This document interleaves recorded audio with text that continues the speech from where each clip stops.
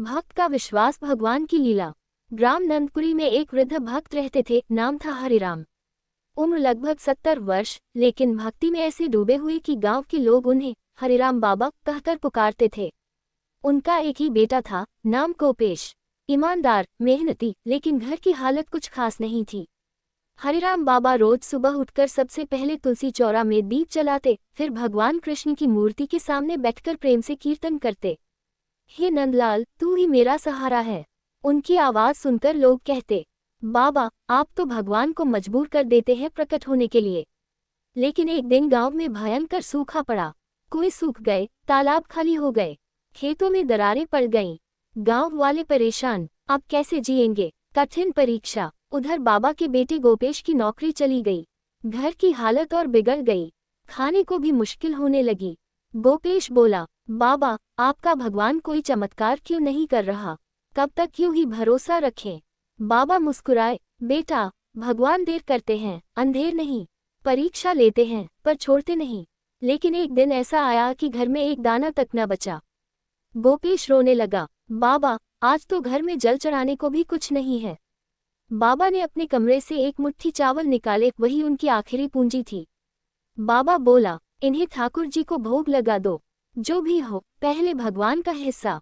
गोपेश चौंका, बाबा, ये हमारी आखिरी मुट्ठी है। बाबा हंस पड़े, जिसके भरोसे दुनिया चल रही है, उसके लिए ये मुट्ठी क्या है? हरिराम बाबा बोले, गोकुल के नाथ हैं, सब संभालेंगे, बस विश्वास रखो। लोग हंसने लगे, विश्वास से पानी बरसेगा क्या?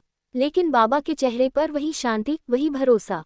चमत्कार की शुरुआत। गोपेश ने अनमने मन से चावल रख दिए और घंटी बजाई। उसी समय किसी ने दरवाजे पर हल्की दस्तक दी। बाहर एक सुंदर गोपाल जैसा ग्वाला खड़ा था, पीले वस्त्र, हाथ में माखन की हांडी, कंधे पर वेणु, बांसुरी, चेहरे पर दिव्य मुस्कान। वह बोला, बाबा, मैंने सुना यहाँ बहुत प्रेम से भोग लगता है। मैं अपने गौशाला के लिए दूध देने आया हूँ, कुछ लीजिएगा।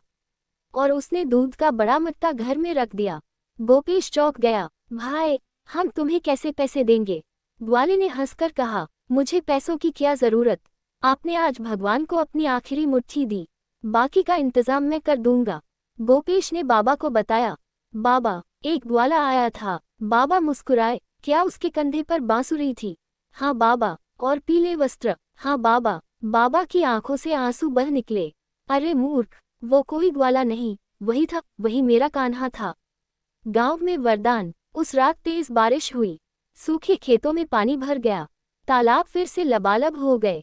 गांव वाले चकित, ये कैसे हुआ? हरिराम बाबा बोले, जब जब संकट आता है, भगवान खुद ग्वाले का रूप बनाकर अपने भक्तों की रक्षा करते हैं।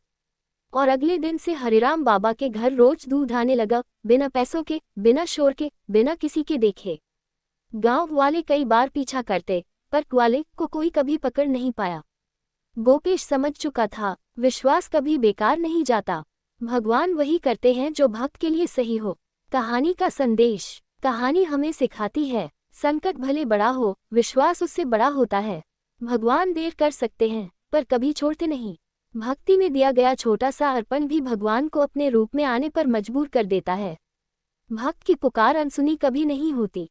और अंत में हरिराम बाबा यही कहते, जिसने अपना विश्वास भगवान को दे दिया, वह कभी अकेला नहीं रहता।